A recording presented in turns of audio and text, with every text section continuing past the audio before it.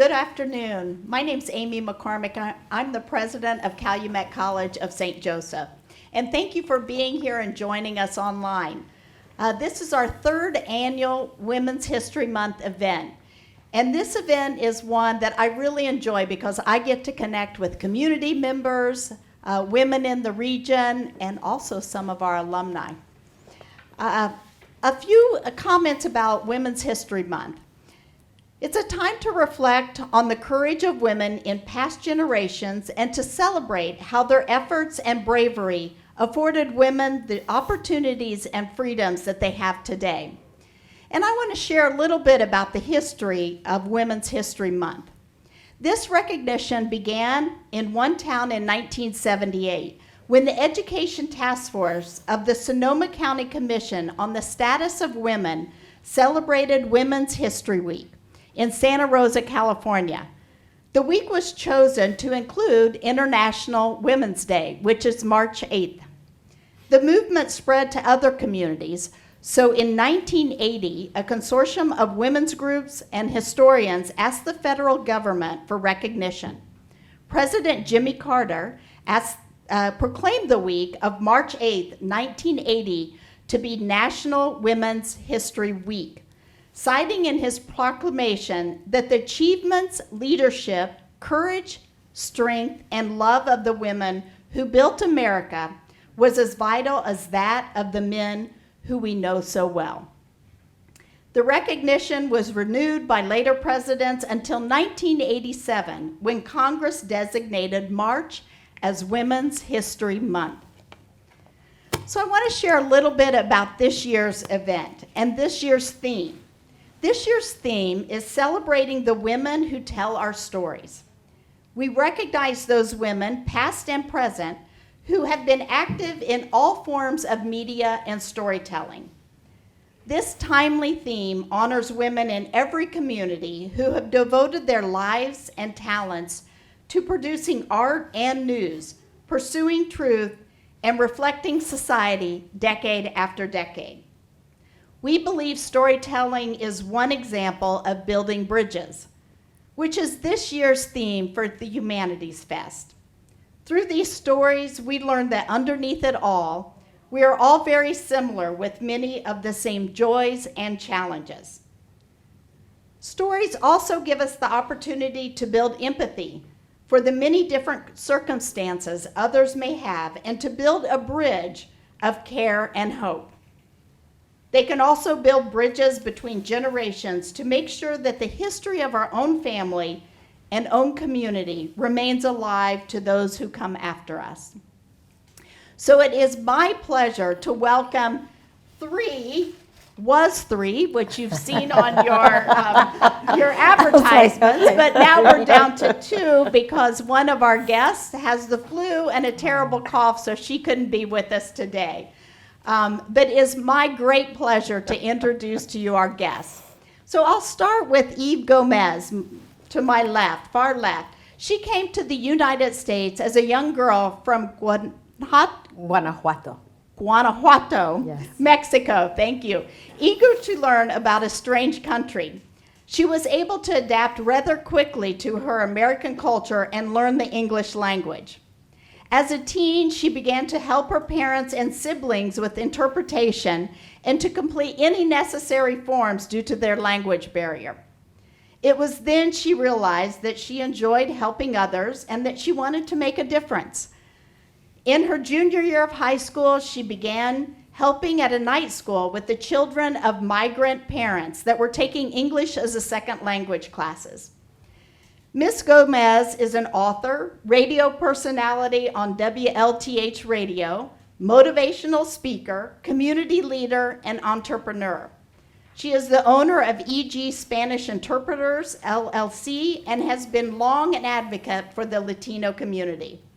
She has received numerous awards, including the Trailblazer Award from the National Hookup of Black Women, the Community Service Award for the Greater Destiny Bible Church, and the Humanitarian Award from the City of Gary's Mayor's Organization on Disabilities. Thank you for being here, Eve. Thank you so much Yes. for having me.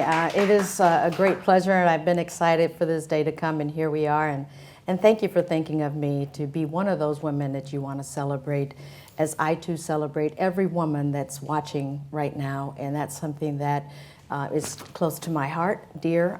I don't have my mom to celebrate, so I know she lives in me, and so I was like, is that who she's talking about, me? All that she's saying, And it is. And I It's- had a chance to meet Eve on her radio show, which was very exciting because it was a bilingual radio show. So I had my first opportunity on her radio show and trying to remember the Spanish that I learned many years ago. So, but thanks yeah. for being with us. No, I thank you once again, and I appreciate that you did come on the radio, because I'm all about bringing awareness in what we have in our communities, and so it is the only bilingual talk program of its kind. Buenas tardes a todos ustedes. Spanish is my first language, English is my second, as you read that I came here as a very young girl, and so that's my fault for learning so fast to be used by the family, you know. I'm second to the youngest of 8 kids, so. Oh, yeah. So, well, thanks for being here. And another, and I met, like I said, even this past year, but in this past month, even though I've known your name for the entire time I've probably worked at Calumet College, Gail Koselko. She was born and raised in the Hammond-Whiting area and has left an indelible imprint on our community. She has been a playwright and a middle school teacher, but her creativity and sense of humor is where she really shines. Her love of the theater inspired her to create the Pennsylvania Avenue Players Musical Children's Theater. And she also wrote for the Ready for Primary Players, a traveling fairy tale group in the Calumet region. The local Right Stuff newspaper, which covers news for Whiting and Robertsdale, which brings local news and history to the local residents, was also her handiwork. After nearly 30 years, she just retired after putting the March edition to bed. She was also a weekly columnist for Times for over a dozen years. Local icon, which many of you know, Mr. Pierogi, was another one of her creations. Mrs. Koselko is currently the curator of the Whiting Robertsdale Historical Museum. Among the awards she has received are the Times Women of Merit. She's a fellow of the Society of Innovators of Northwest Indiana, as well as our very own Calumet College's Brother Gerard Van Hagel's Alumni Awardee. CCSJ is proud to claim her as an alumna. And I do want to just say a few words about our other guest that couldn't join us. Jacinda Ross is a native of Gary. We are proud that she earned her degree, her bachelor's degree in paralegal studies from Calumet College, and she had planned to be an attorney. But her education and community involvement would soon lead her onto a path of humanitarianism. Jacinda is the founder of Sacred Care Foundation, a nonprofit organization which helped hundreds of orphans with her local and church communities. This would branch into her business Healing Through Giving Ministries, which would expand offered services beyond the orphanages to anyone in need.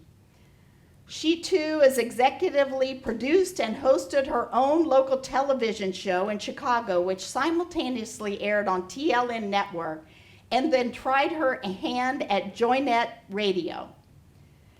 Ms. Ross is also a real estate agent with her own company, Ross Realtors, and is working on her first book. We wish her a speedy recovery and hope she is watching from home. So this is a conversation with women that have had a significant impact on our community. So let me just start with a few questions. So I'll just start by asking you, with our themes in mind, how do you bridge your own personal story with what you do in your professional life? You talked a little bit about your radio show. So Eve, I don't know, well, your professional life certainly extends beyond your radio show.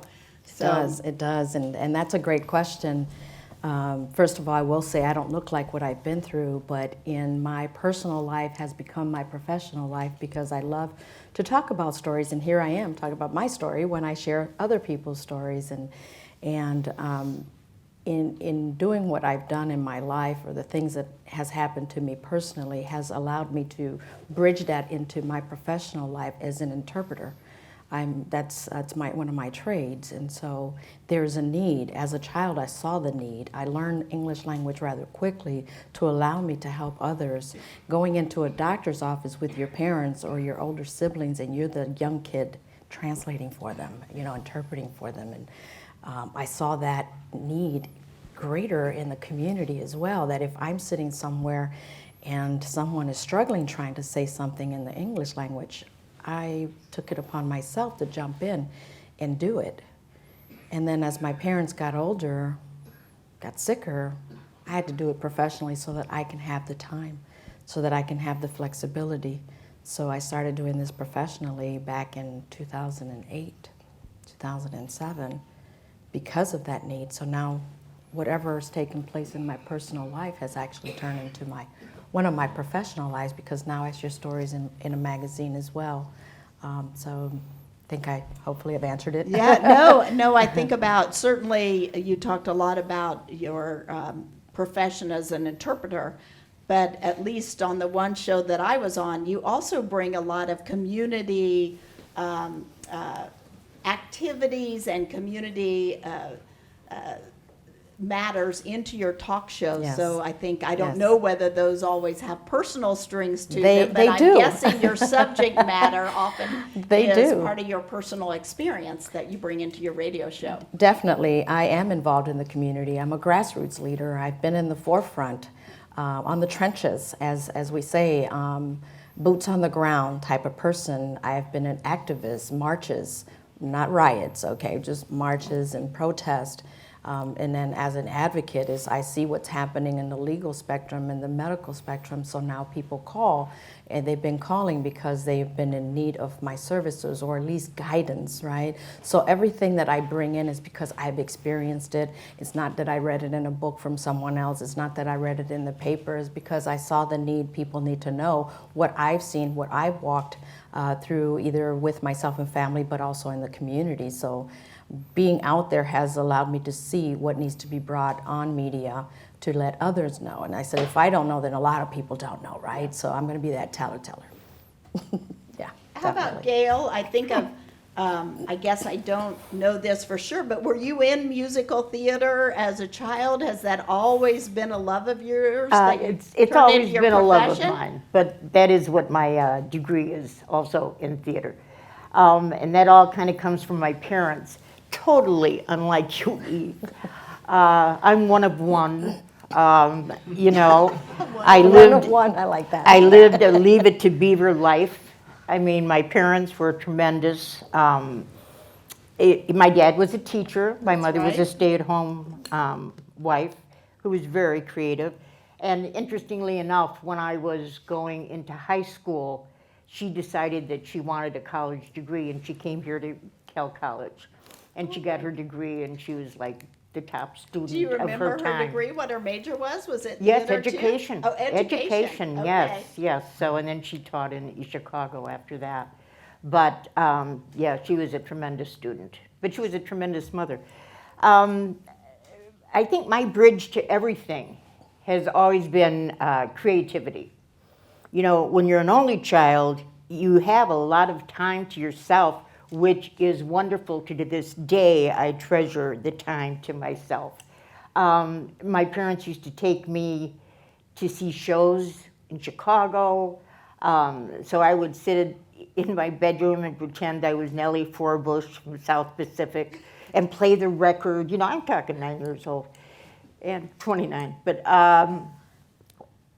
I had piano lessons, you know, I had dance lessons. All the things that they gave me were all things I've used throughout my entire life. And I told them, I said, I don't know where I would be if I hadn't had the advantage of doing those things and your absolute support. Well, You know? I think about the kickoff of Humanities Fest and everything that you just mentioned, and certainly that was alive and well, the humanities in your home. And your dad was a teacher here in Whiting. Right, he taught here for 32 years. Okay, so you certainly from your parents got the teaching, but it sounds like the creativity and the arts and Yes, was always part of your childhood. Yes, it definitely was. It made me think that I wanted to be a teacher. So I was going to teach theater in high school. Definitely was not what I was born to do, unlike my mom and my dad. You know, but it's good to find that out. So I was home most of the time when my kids were little. And so I had plenty of time to do creative things. I mean, my daughter was at 3 years old singing one of the arias from Candide. Because that's what we did. We listened to Evita at our house. We listened, you know, my kids didn't know the Itsy Bitsy Spider. Yeah. And did mention it to me when they were like 10 or 11. I said, yes, but look what you were doing. Look how much you learned about Argentina. I'd never even known who Eva Perón was. Yeah. So it's that kind of thing that helps kids find a spot, is the theater. And that's where the Pennsylvania Avenue Players came in. At which I think I recall from our conversation, didn't you do a lot in your backyard? Plays and with the neighbor kids? Yes. Speaking of creativity, you would turn your backyard into the set? Yes, we did. And we did Sleeping Beauty. She slept in a one of those red wagons so they could pull her around on the stage. But yes, we did that, and the kids kind of invited a couple people. 75 people showed up in our backyard. And we have a big pool, so it was like, where are these people going? And then it started to rain. So they all came in our house. But then they waited until it stopped, and we went out and did the show. The next year, we expanded ourselves to our front yard, and my husband and Bob Zajac built a stage. Since everything we do is a musical, we had to have a piano.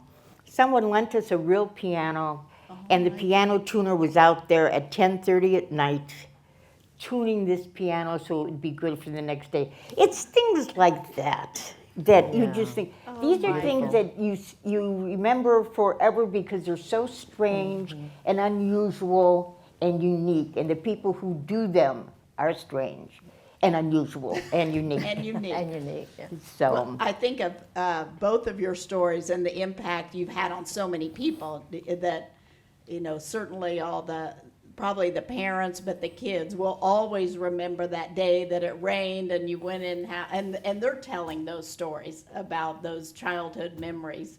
well, so many of them still watch, because then we moved over to Marion Theater Guild and we had this huge proscenium stage. And so we did 2-hour musicals. And so this, you know, this wasn't namby-pamby kiddie show stuff. This was adult stuff done by kids from kindergarten through 8th grade. And these kids were wonderful. But so many of my favorite shows was Free Willy Shakespeare, where Willie is, you know, William has writer's block. And there's Henry VIII and all the wives and everybody from Shakespeare. Othello was in it, Iago was in it, he was our big villain. And one of my girls said later on when she was in college and she was taking a Shakespeare course, she said the teacher said something, she was like, that's why they were laughing, you know, because this is not something that they were necessarily familiar with, but how much did they learn about all these things from the songs and the lyrics and just being the characters. A real creative way for learning, that's for sure. Definitely. Now, I think of my own personal experience, and I grew up on a working farm, so I don't think I went to a play until I went to college. Oh, So wow. I didn't have theater, a small rural community. I can't think of, the closest theater would have probably been Indianapolis or maybe Purdue Lafayette. Wow. So Wow. it makes you realize how grateful you are to have access Yes. to those opportunities. Yes. But I guess I learned other things. The creativity I remember because we had to be very creative I had 2 brothers, so you had to be creative about things to do, otherwise you were put to work. So that's good. But you know, I think about the theme of Women's History Month, and just curious if there's any female that is a blogger or an author that you read, or a newscaster or radio personality that has influenced you, and if so, why? Do you... You know, in being interviewed and being on the other side, like you are right now, I'm the one that's used to interviewing people, right? 12 plus years. It gets to hear all the things that I've done that I don't even think about, that I don't dwell on or even say, yeah, I've done this, I've done that, until it comes out in an interview such as this one again. I never really had an author. I'm an author. I never really had a mentor. I'm a mentor. I never really have a hero, but I'm somebody's hero. And in hearing the interviews, people asking me the questions make me realize who I've become to be somewhat alike. I've always said, well, now than hearing the things that I've done without thinking, now that you made me think, because I have to answer, more like a Mother Teresa, more like Princess Diana, because I'm a humanitarian. I love to give back. I don't look at, well, I'm in need, why should I give you? Why should I bless you? I'm in need of that. I don't look at it that way. I look at it, if you're in need of it, I'll take my shirt off to give it to you. And in having that giving heart, I see myself in Mother Teresa and doing that. I do plan on going international. I plan on going back to my country. I've been giving to my country, to the indigenous community. I don't have to be there personally, but I thank the team I have down there. They can do that for me. Of course, everything takes money. And so I can't really say I have that person to look up to. I love being a positive individual, so that reminds me of the quotes of Napoleon Hill, you know, whatever we think, whatever our mind perceives it, then we believe.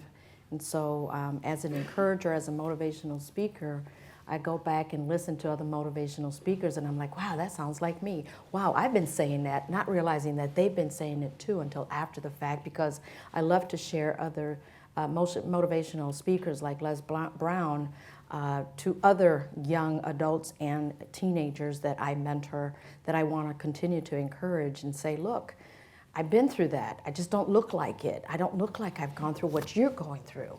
But believe me, I know what that's like. So I do have kids that look up to me, young adults that look up to me, and I appreciate that, but it's all because of all the things that I believed that have allowed me to learn about myself and see others, and I'm like, wow, okay, that's who I kind of mirror like, or yeah, I really never really had that person. Being one of 8 kids, I had to be home, 5 brothers, and my father was very strict. So imagine I didn't have the room or the beauty that you did, the blessing that you had, the parent to teach you. My mother never really spoke Spanish. My father knew broken English, but he was a workaholic. Sometimes we wouldn't see him because he was all 3 shifts. So creativity, yeah, we had to be creative outside, hopscotch, do the jumping rope and things that we can only do here in front of our house, not someone else's house, you know. So it's a different upbringing, to even not to say all that I've learned is through my own experiences. I think about a book that I've just started reading called Living the Light, and much of what you're talking about is finding the positive, always seeing those experiences as the positive that you draw from them. And I do think you spend most of your, much of your television show interviewing other people or talking about other things. So it's an honor to be able to interview you. Right, and it's get different. To know a little bit about you. Exactly, too. it is different. And I also have an online show, Real Talk with EVE. My name that's my fame name, Eve, as an acronym, EVE. And I'll let you guys figure out what those 3 letters stand for. If you get to know who I am, you'll know, because I am victorious, I am successful, but I'm full of energy, and just sitting here trying to be still is a little hard for me. It's a challenge, you know. And that show is about real talk, issues that people don't want to talk about, real people, their stories of things that they've gone through, but most of all about solutions. It's a solutions-based show. Another one is The Face of a Hero. You can Google and you'll find all of where you can connect those shows shows on, but it's all revolving around solutions. I'm not one to sit and talk about the problem. If I'm going to tell you about the problem, it's because I'm going to tell you there's a solution to it. And in all reality, if there is a problem, but knowing there's a solution, it really isn't a problem. It's just the way we see things, right? The way we interpret things. And I'm a positive combustion. I want to tell you all about the positive things that are happening in every dark room, if you get what I'm saying, right? And so doing all that, and I also have my own podcast on Spotify and Google Music, iTunes, whatever. Just Google my name, and I say that humbly because I've worked for it. 30 plus years in getting to where I am today has allowed me to share a piece of my story with someone else's. Yeah. Well, I think about Mother Teresa. I have "Do It Anyway" framed in my office. So I think about my office as reflecting a little bit about my personal. I have a picture of our family farm. I have Mother Teresa. I have a lot of community artifacts. So I probably use artifacts in my office to do part of my storytelling. Of course, my two girls and family are incredibly important. So I have pictures of them, and I even have a children's book. And I have, she did it because she could, or there's a saying about, I think that's what it's called, on a piece of wood that said she did it because she could. You just brought me something real quick, if I may share. I am working on an anthology. I've been a co-author for several anthologies out there, and this one actually is Si Se Puede, Si Se Pudo, yes, she did it. That's so you just reminded me of my next project, yeah. We'll wait to hear about that. How about you, Gail? What about, you think about any female that certainly you just talked about your mom and how her creativity certainly shaped you, but other playwrights or? Well, I trying to come up with who this was going to be. I thought of Joan of Arc, and I had said how much, because my dad lived in a house with 3 women to him were just wonderful. Whatever we did, he was very proud of us. So when I went to make my confirmation, I wanted to pick a very strong woman, not thinking about it at the time, but yes, from my background. And I picked Joan of Arc. Okay. And now I look back and I think, well, she fought for what she thought was real. She was kind of crazy. And like those of us in the 60s, she smoked. So, she's ideal for that. But in reality, having thought about this, it would be my 2 daughters. My daughters are amazingly talented. They're both very creative, and they're really, really smart, and more importantly, they're very, very kind and involved in their communities. One's in Minneapolis and one is in Cleveland. That's where they went to school. And so many times if I need help with some project I'm in, my husband's incredibly creative. He does so much at the Marion Theater Guild, that which is where we met. So that's why it's the Marion Theater Guild. When I have a problem, I just call John and Holly and say, okay, what do you think? What do you think? If they have a wonderful pun, they send it to me. Our family rushes to the pun. It's the run for the pun, whoever sees it coming and whoever gets there first. It's a much easier life, yeah, I must say. Now, is that true about the Marion Theater Guild? Is that why it's called that?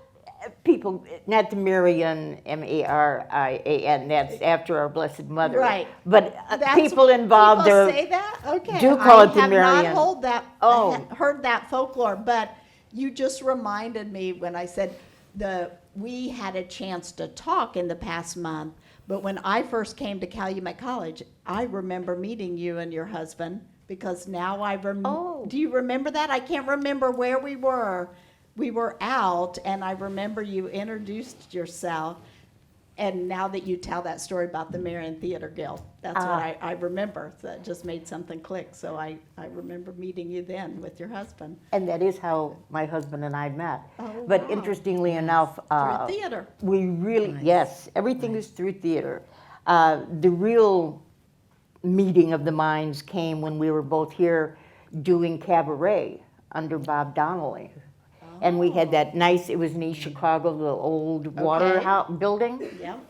And I hear many stories about it. Oh, I don't it- even, is it still there? no, The building's part not of even it's there. in our house now. Oh, okay. A big part of it.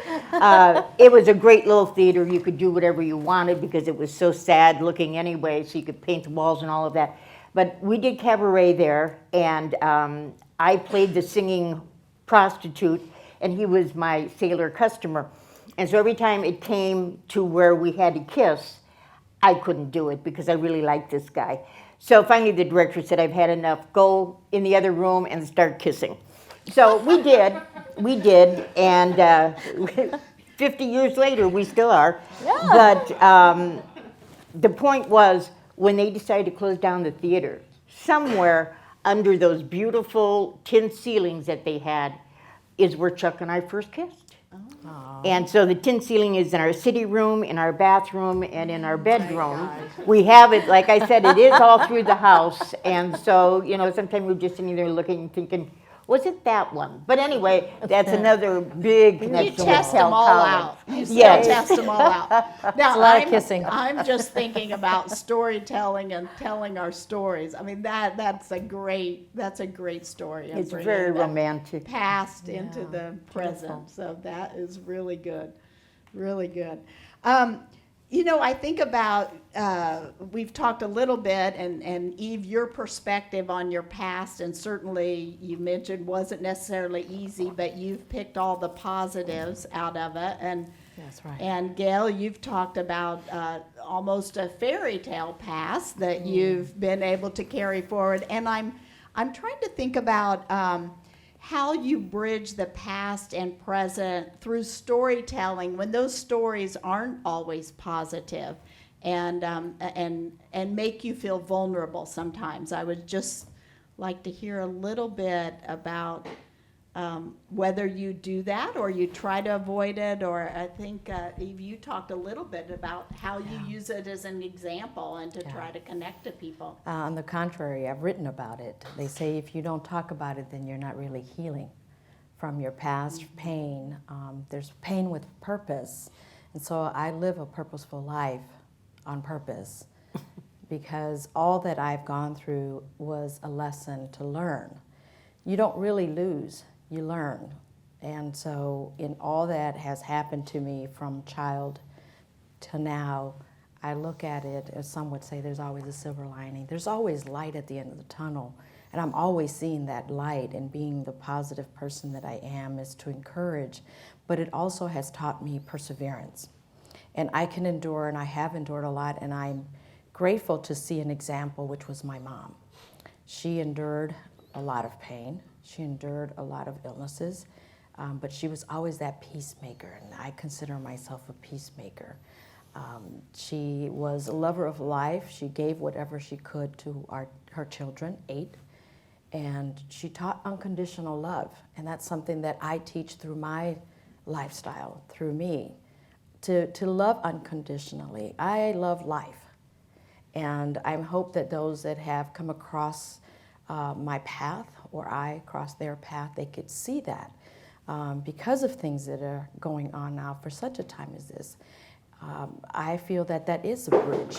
In all that has happened to me, I could be bitter. Instead, I chose to be better. I could be hateful. Instead, I chose to continue to love. And continue to love those that have hurt me, that have done me wrong. And I truly believe in the word. And so do good to those who wrong you. Forgiveness is key. I can forgive easily and quickly because I have practiced it over and over, year after year, and it becomes easy as you continue to do it. And I don't shy from what has happened to me. On the contrary, it's to help someone else that's out there listening and saying, wow, I can relate to that. So there is hope. Yeah, there is hope every day. Just like they say, at the end of the rainbow, there's a gold, right? So it's the same way. Like when I talk to my Spanish-speaking students, my Latino kids, I'm an educator by default. I sit on several boards, and I'm always advocating for those that don't speak the language. Are you talking my language? Do you have someone that looks like me? And so when students come and ask me about what I've gone through, they feel so relieved to hear that they're not the only child being taken to the doctor so they can interpret for their family member. I say, no, be proud of it. Be proud that you are able to do that, that you're in that light. It may be embarrassing, it may be shameful, and it may not be fair, because here we are, 12 years old, what do we know about medical? We learn real fast, I'll tell you that. And I take those experiences so that others can see and learn from it, to give them some type of encouragement, to give them that there is light, as in the meaning to continue to live and continue to love yourself. So yeah, everything I've gone through, I use. Do you think that you've always been like that, or you had to come into that way of thinking at some point in your life? And that's a great question, Amy. And being interviewed makes me realize that it was always in me. Okay. Not knowing it was in me. Because I was that little girl, that nosy body, wanted to learn fast, wanted to be around adults. As a teenager, my job was a telemarketer, so I love to talk. It is a gift. It's not the gift of gab. I had to change that. It is a gift to speak, a gift to articulate, a gift to be able to speak life over people so that when they hear my voice, they feel that peace. And I'm only saying this because people have told me. When they call me, I'm an elder at my church, so when they call me because their life looks like it's about to be over, they don't know what to do, they're concerned, they're worried. I don't worry at all. That's why I said I don't look like what I've been through. Some people say, Eve, do you ever get angry? I don't do that to my heart anymore, because I started loving me more. And I don't look at it that, and thinking in the interviews that now I'm more and more being interviewed, makes me wonder. I think I was already like that. And I mirror my mom. Yep. She didn't use profanity. Her bad word was not even a bad word. I don't like to use profanity either. Does it slip? Very rare. I don't like it. It hurts my ears. I can't say you should be the same. That's just me.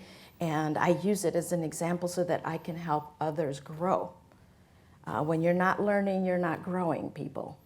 And as an educator, I'm not a teacher, unlike you, but as an educator by default, I take heart to the youth.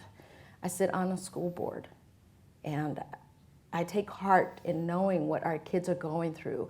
They have so many more things negative exposed to them because of our devices, our cell phones, our computers, our laptops. I didn't grow up with any of that. I grew up with trying to make a day good. Being bullied, I was there. Lost possession of things, been there. Had to walk. Lost a cell phone, didn't even have a phone. Sometimes I would lose my phone, as in service. I would say on social media, I'm on Wi-Fi mode, without saying I didn't have the money to pay my cell phone.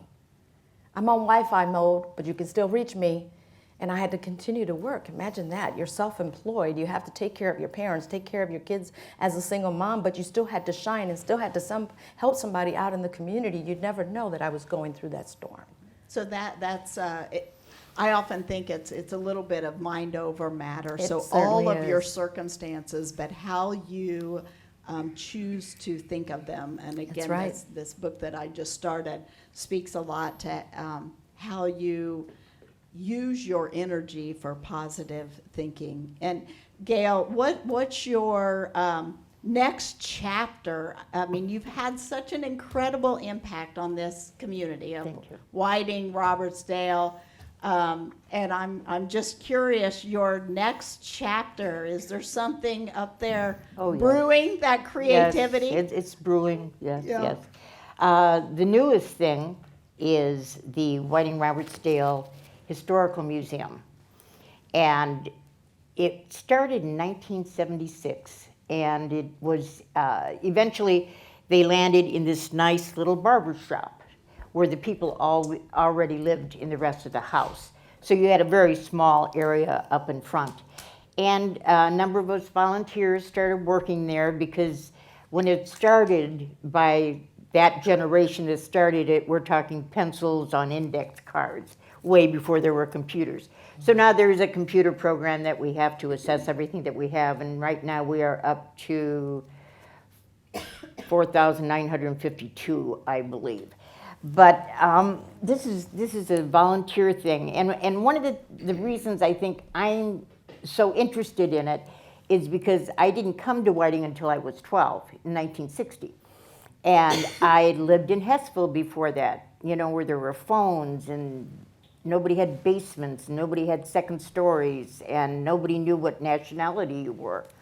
And then we moved to Whiting, and it was such a culture shock for me at that age. I went to use the phone, there's no dial. You had to call, Sarah from Andy Griffiths to get a number. I remember those days. There, everybody had party line or. Oh, yes. We had a party line in Hessville, but in Whiting we didn't have any party, believe me. And everybody was divided as to what nationality you were. In little teeny Whiting, there were 6 Catholic schools. The Irish, the Slovak who didn't like those Slovaks, the Polish, the Croatian, I'm missing one. Oh, St. John. And so you went to that specific school, even if it was all the way on the other side of town. I was Irish. We had never talked about being anything, but each nationality, had their church and had their school and their language and the things that they did and their culture, which was so totally foreign to me. And I just ate it up. I just loved it, and I think that's why even today I'm so interested in the museum, is telling this story from an outsider's viewpoint. And because each of those nationalities is very important. And as I was telling her later, one of the next museum exhibits we have is going to be on the Spanish people who are going to come in and do an exhibit on what that experience has been like, and coming from the old country. Because all the Slovaks, they came from the old country. That's such a phrase that a friend of mine uses. And he can go back 6 generations, and he knows everybody. It's an amazing thing in Whiting. But that is what Whiting is like. And I think our museum is going to be very, very important to the people who live there and the people who will come to live there in the future. I think about Whiting too. It's just the tapestry of the different cultures that are here. It feels very unique. So I'll be interested in hearing that story. And I think of when I moved to Chicago, the neighborhood I lived in, Oak Park. Everyone knew whose house it was. So everyone lived in someone else's house. I mean, I grew up in a rural community. Your house was your house. But when I moved to Oak Park, it's like, oh, well, you live in the Brown house, someone's name, or the McGinnis house. I'm thinking, no, I live in my house. But no one's house was really you do their not house. live in your house. So that was my first experience with it. And now being in Whiting, just hearing the number of people that are related to other people and their family history. So it's really fascinating. I think I really enjoy that community because I didn't grow up in a very diverse community out in the country. The diversity was in the animals that we had more than anything else. But even the towns wasn't, and it wasn't like I went to the town much. So I think I just, like you said, eat that up. It's like a thirst for different cultures. And we've hosted over 15 international students as a family. Wow. And I think Nice. that has just enriched certainly my life, but Definitely. that That's of my nice. kids too. So, I want to just ask, we have a few minutes left to see if there's anything else you'd want to add, and then see if we have any questions from the audience. But is there anything that you'd like to share, given our theme on telling our stories or bridges for Humanities Fest, that I would like to share questions I something, haven't asked? Yeah, no, and thank you for opening it up to us to speak on that real quick. I have my own magazine, Ethereal Lifestyle, and I'm working on the Spanish one so that I can talk about my country, my beautiful country, Mexico. I haven't been there in almost 17 years. I would say shame on me, but life happens, and I can't wait to be there and to launch the Spanish magazine and actually dedicating it to my country.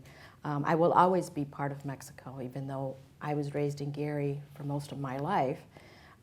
That is coming soon, so I'm excited to see, waiting for the publisher to send it all to me, and it's all about sharing stories as well, because it helps others to understand where they're coming from and where they're headed, because there's a lot of people without direction, without faith or hope. It hurts and it pains to see our young are committing suicide. So we speak on those topics, but more or less, and there's a solution to that, okay? That kind of thing. So I wanted to share that as well. And just whatever I do, it's not even about me.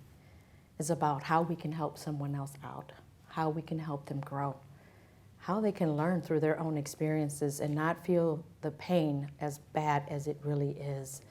Like I said in the beginning, I don't look like what I've been through, and that just encourages me to continue, because there is purpose in pain, and knowing that whatever I went through was to help someone else out. So I can't wait to share more, because when I get to see my country back again 17 years later, I will be visiting a community that is looking forward to meeting me, and that's the indigenous community. I'm not from that community, but it is part of my country. It's part of my culture and my blood, and get to learn more about it, because I know more about America than I do of my own country, and that's because I'm here. So hopefully it will be a bridge that we can come together and learn from each other and continue to celebrate each other. You said you'll always be part of Mexico, but Yes. Mexico will always Always be part me. of you too. That's so. right. How about you, Gail? Anything that you'd like to share that I haven't asked, or? Well, just one thing that I think people fail to do now, and it's very important, and I think that's one of the reasons we have so many suicides, people who don't belong to anything, including their own families. And with that museum, you know, we've been doing interviews with people that you just come and you sit like this, and we ask you a few questions, and you just go on about your life and where, you know, your family came from, what you thought was important.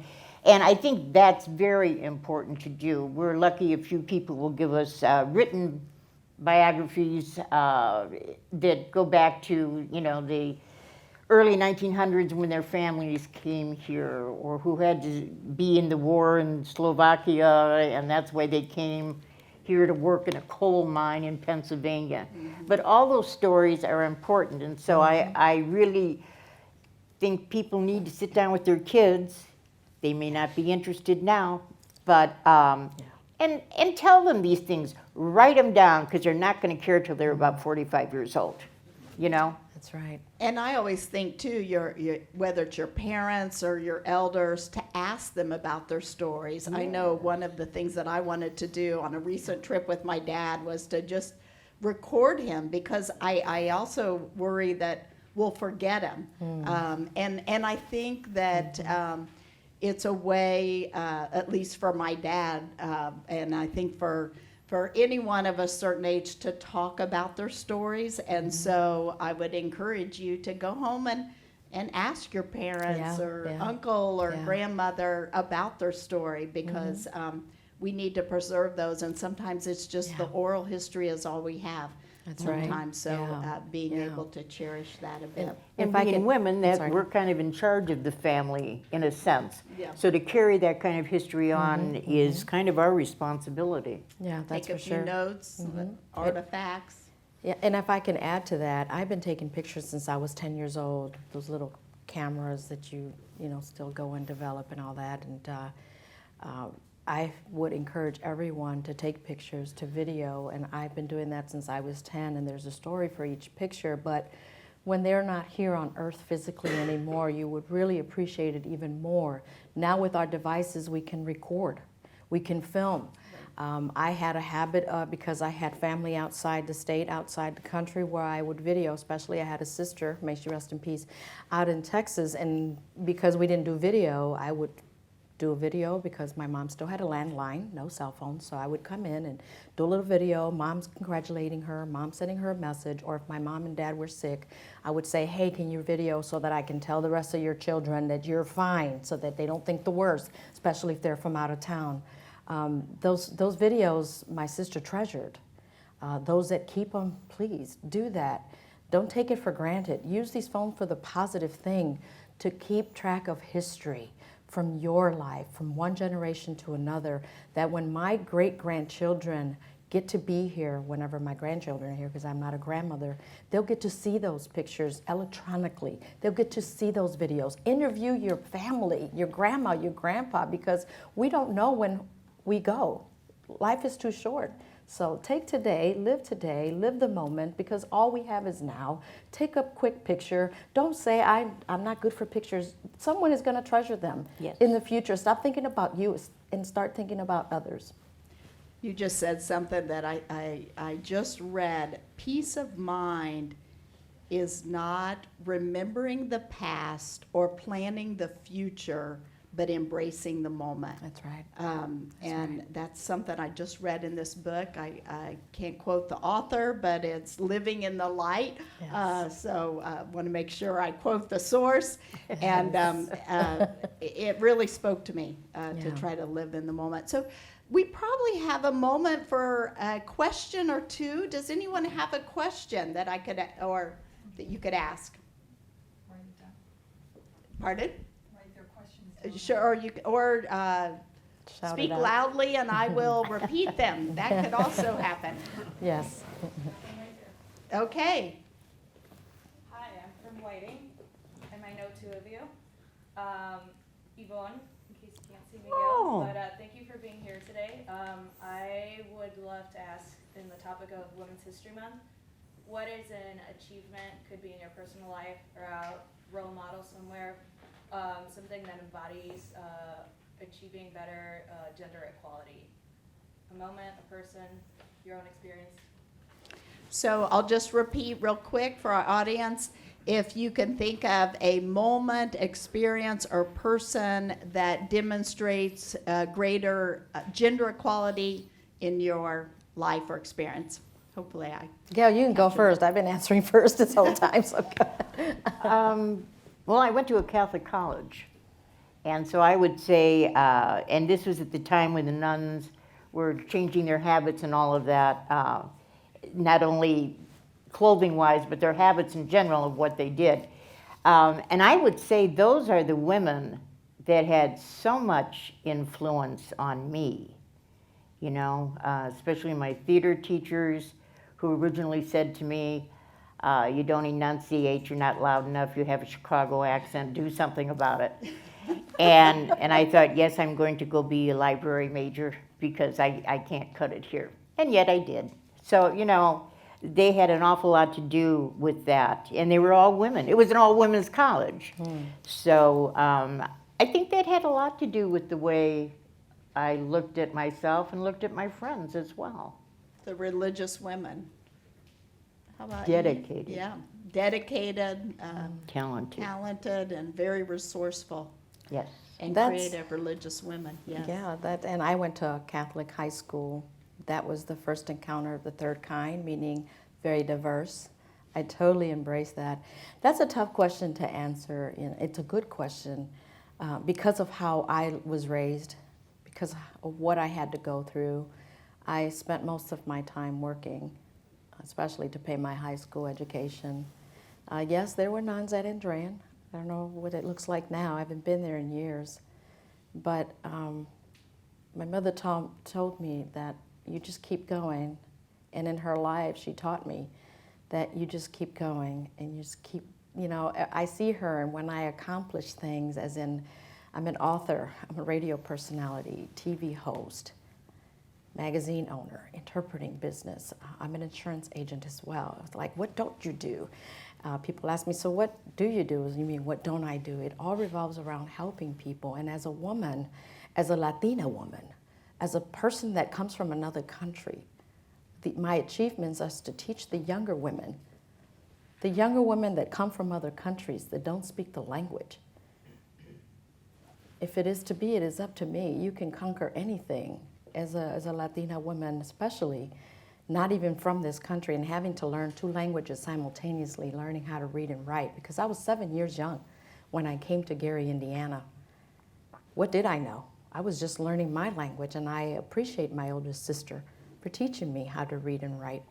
And I think I do better than her. I don't know if she can hear me say that. But in all essence, the only women that I had as an example were my sisters and my mother. Because going to school, I had to come right back home. We couldn't do much. Being that I had a very strict father, and then my brothers, some of you girls know what I mean, especially when they were strict. So I really didn't have that to say. It was my own achievements to teach other women. But we have to celebrate each other and stop bringing each other down. What I see a lot in the community, being in different boards, different organizations, is we need to stop being the women that are in the bucket, like the crabs in the bucket. Instead of pulling each other down, we have to lift each other up. Because it may be my turn today, or it may not be. Gail, I'm going to celebrate you today. My day will come. We have to work on that a little more as my community women leaders. We have to work on that more. I hope I've answered your question, young lady. And I'll just take a moment to share a little bit from gender equality, certainly as a female college president, the first female president at Calumet College of St. Joseph, but I'm also the only female president in Northwest Indiana of our 5 colleges and universities. And I was a CPA in a accounting field that when I was in college was very male dominant. And I was raised by my father with 2 brothers. So I was always very comfortable in that environment. So I think that helped me. And you guys talk about the role of your mother. I had a great grandmother. And my grandmother, so I certainly had female role models. But when I think of the women religious that were my role models, because they were so smart and they had done so many things, and caring, and just, I think, exhausting of all their talents. And I think of female presidents that I looked up to. Having those female role models, I think for me, I hope that I'm able to do that, and have two daughters that I hope, even when I was a professional and a vice president before I became president, I did take my daughters to work with me on occasion, just so that people could see that not only was I at a very high position, but I also was trying to be a mom too. And so I think gender equity, we're not there yet by any means. So continuing Continue to that be fight. role models, and hopefully That's right. influencing other people to continue the good fight as well. But I want to thank you so much for spending an hour with me and helping us kick off Humanities Fest. It's going to be a great week, and also hopefully inspiring other women. And Yes. I really appreciate you spending the day and celebrating Women's History Month. Thank you so much. Thank you. Thank you so much. Thank you, everyone.